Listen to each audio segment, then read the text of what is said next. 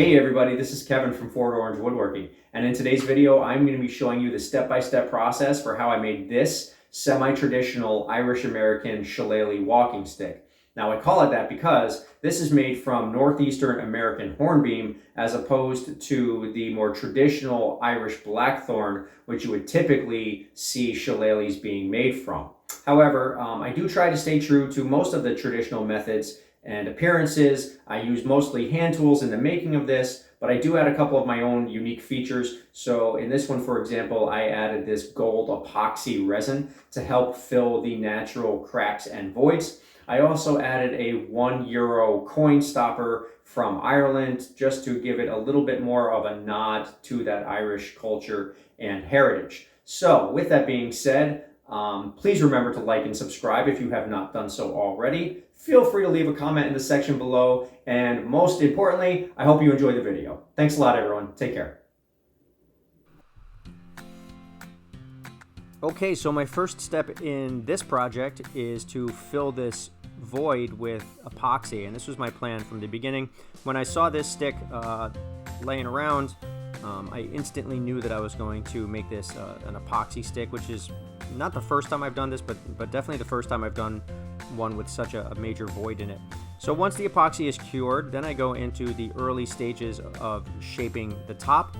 And for that, I'm using these chisels. This is a brand called Von Haus. They are extremely affordable, very easy to sharpen. And I have, if you're interested, I have an entire video on how to sharpen cheap chisels. And I use the word cheap not in a derogatory sense, because you can get some really good results with inexpensive chisels, and I have really liked this brand called Von Haus. They've served me pretty well.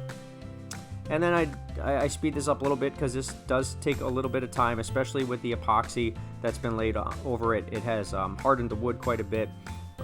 In addition to that, this is a pretty hard stick to begin with. And over the years, I've gone to more and more traditional methods of forming all of my sticks, but especially the shaping part. I try to use only hand tools. When I first started this process, I literally put a belt sander on the ground and I would shape the head that way. However, I've gotten away from that and into these more traditional methods.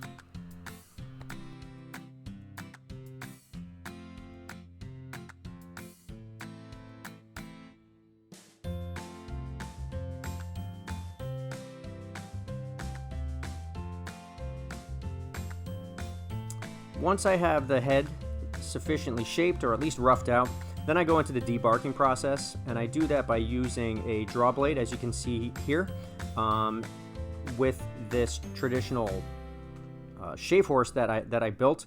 It has no nails or screws in it. It is completely held together by friction, and I use this to safely debark all of my walking sticks to keep that blade away from me, and so that I have a lot more control over what I'm doing.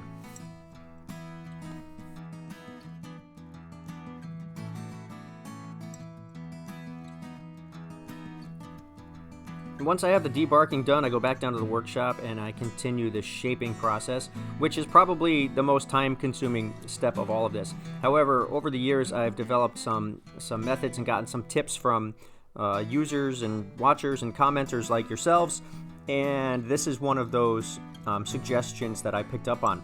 What I'm using here is called a farrier's rasp. This is used to shave and trim hooves on animals, and this thing has 2 sides to it, and it removes material pretty quickly. So there's the rough side, and then there's the finer side. They're both pretty rough, but they remove material without creating a whole lot of damage. So it doesn't gouge the wood a whole lot, just shaves it off nice and clean. It's a little burry, a little rough, but it doesn't damage the wood at all. And here we are with the completed roughing. Once I'm satisfied with the round over on the top, then I can move on to the next step.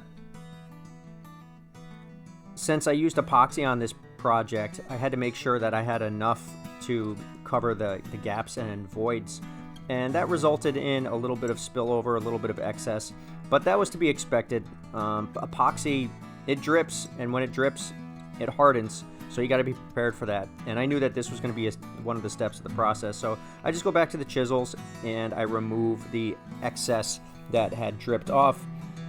It's not super hard. It chips off mostly, and it's kind of like a hard plastic, but it's softer than the wood itself. So this wasn't all that tough of a step to complete. So once that was done, then I can move on to sanding, which is everyone's favorite part of woodworking. I don't spend a whole lot of time sanding. Now this one here is, I'm using a finial sander, and this was another suggestion from a user, which is why I wanted to include that short clip of me using the finial bow sander. It does a really good job of getting into the rounded over parts. Then once I have it rough sanded, I go into my resin touch-ups. I'm using the same epoxy and the same gold coloring that I used for filling the voids. And this is a small epoxy kit that I keep on hand. It's got the epoxy itself and the hardener in 2 separate bottles, and I use this for small batches and touch-ups. I'll use this in a couple different places in this project, as you will see.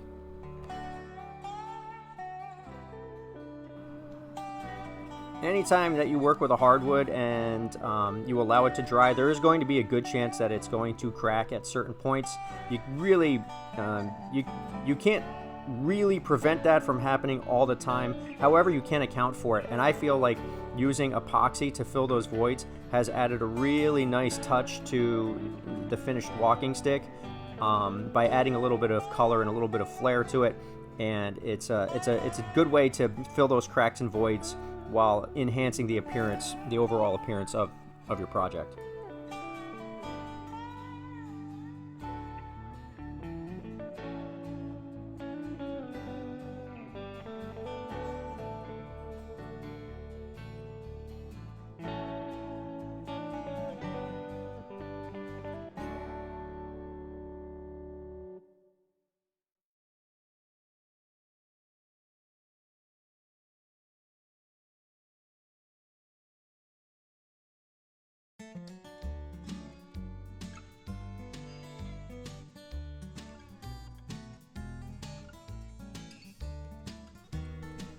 And of course, as always, there's going to be more sanding. Now, I don't sand this down to a very, very high grit. I go through the progressions of about 100 all the way to 220, but that's it. That's pretty much where I stop. And then I move on to this step right here. What I'm doing now is I'm shining up a €1 coin from Ireland, and that's got the harp on the tails side of this coin.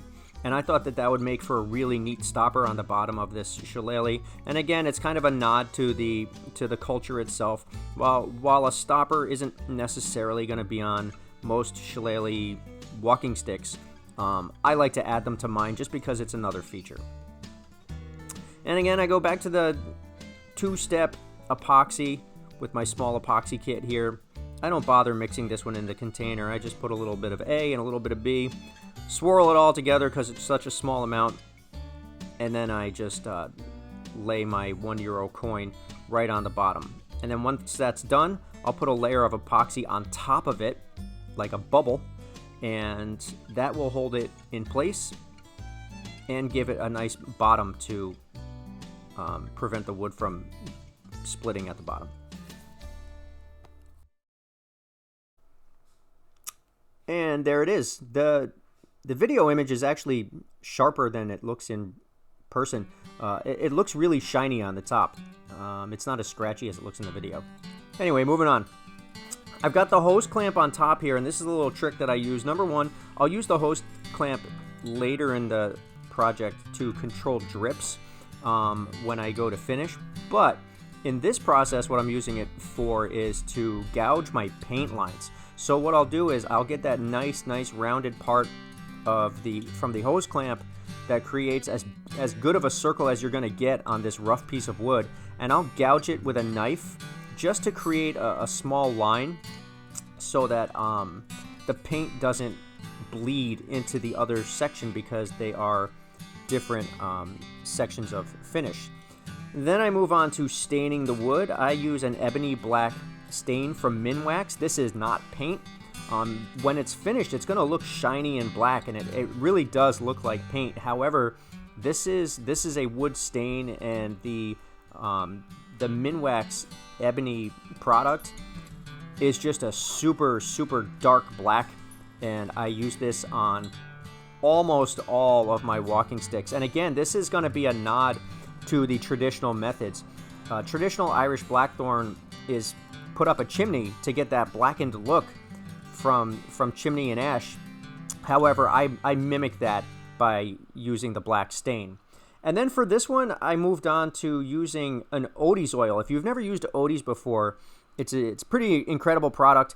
A little bit goes a long way and really brings out the grain of any wood project. So I'm using it on the head for this one as my finisher instead of a stain for a couple of reasons. Number one, it brings out the epoxy color really nicely, but also this wood was very white, and I really wanted to accentuate that bone-like color of the wood grain. If you look at the pictures at the end, you can see, and you can see here a little bit too, that head is just almost white and looks just like bone, and it really pops with the little bits of bark that you can see in there and the gold epoxy. So I was really happy with the contrast of this, and I wanted to keep it. And the Odie's oil will bring out that natural grain and give a beautiful finish on the end of this.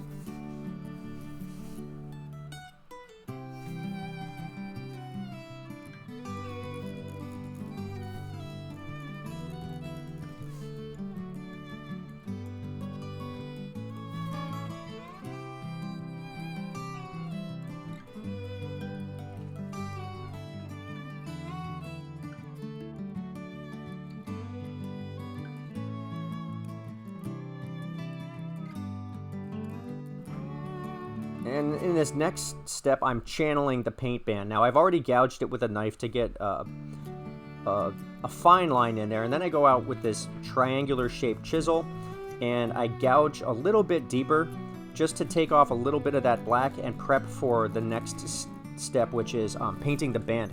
Now, this actually is paint. I go with paint for this one because it really accentuates the gap between the main portion of the stick and the head. So while this isn't exactly a traditional step, this is kind of my own personal touch that I put on my sticks. I put this little collar around the rope area, and I go with the white because I really want to accentuate the contrast between the two portions. So this is a white latex semi-gloss. I go very light with this, and I typically do 2 coats.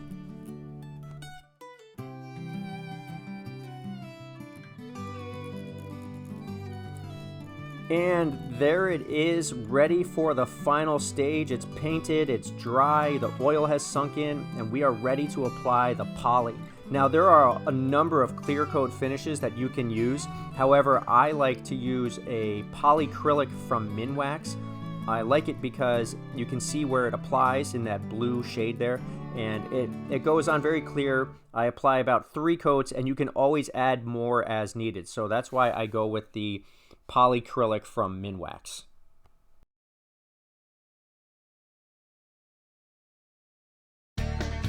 And there you have it. There is one finished semi-traditional Irish American walking stick. I am really happy with the way this turned out. I'm selling it currently on Etsy, but I don't think it's going to be there for long. However, stay tuned for more shillelagh videos. I do have another one earlier in my playlist. If you would like to check that out, please do so. Feel free to leave a comment and let me know your thoughts. Thank you so much for tuning in, everybody. I hope you enjoyed this video. I will see you next time in the shop. Take care.